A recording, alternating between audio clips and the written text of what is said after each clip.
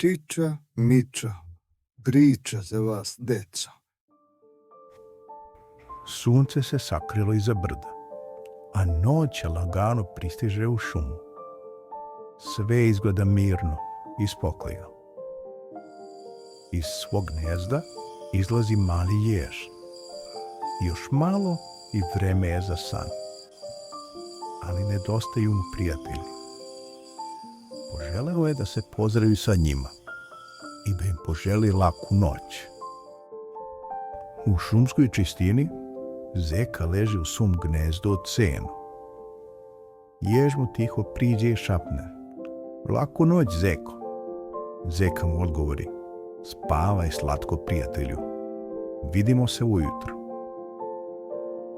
Zeka je odmah zatvorio oči, a jež ga tiho ostavlja da sanja mirne snove i nastavlja dalje. Lisica se lagano spremala za spavanje ispred svoje jazbine. Jež je tiho kaže: "Lepe snove te želim, lisice." Lisica klimne glavom i odgovori: "Neka ti noć bude tiha i mirna." Lisica je brzo utonula u san, a jež nastavlja svojim putem, korak po korak. Iznad na grani sova budno posmatra šumu. "Laku noć, sovo, čuvaj nas dok spavamo," reče jež.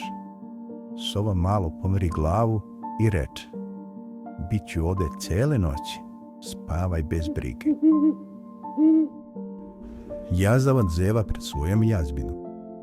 Jež mu priđe i kaže: "Ušuškaj se lepo, jazavče, i lepo spavaj."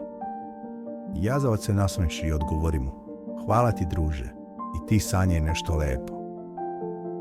Jazavac je ubrzo zaspao. Jež nastavlja svoje putovanje kroz šumu. Ima još drugara kojima nije poželao laku noć. Od travi lane leži spokojno. Jež mu šapne: "Spavaj mirno, lane moje drago." Lane mu odgovori: "Tiho hodaj, da ne probudiš šumu." Lane je zatvorila oči i utonula u san. Jež produžava dalje, ne pradeći ni najmanji zvuk. Veverica probiruje iz svoje rupe u drvetu da vidi ko dolazi. Jež joj kaže: "Svratio sam samo da ti poželim laku noć." Veverica se nasmeje i tiho kaže: "Hvala ti, druže moj, laku noć i tebi želim." Veverica se ušuškala i ubrzo zaspala. Jež nastavlja svoj noćni put. Pored drveta mali Meda leži na mekanoj mahovini. Posmatra ježa pospanim pogledom. Jež mu kaže: "Već je pravo za sanjarenje, zar ne?" Meda mu odgovori: "Ako sanja med, zvaćete da ga podarimo zajedno." Meda je zaspao, a jež ga ostavlja da mirno spava po zvezdama. Pored reke dabar leži tiho kraj svoje brane. Jež mu šapne: "Lepo spavaj, u šum vode, druže." Dabar mu odgovori: "Reka peva uspanku za sve nas, lepo spavaj i ti." Dabar zatvara oči. Jež nastavlja pored reke pod tišinom mesečina. Na vodi plutaju 3 pospane patke, a žaba sedi na listu lokvanja. Jež se približio i kaže: "Noć je stigla, vreme je za san." Žaba i patke su već dremale.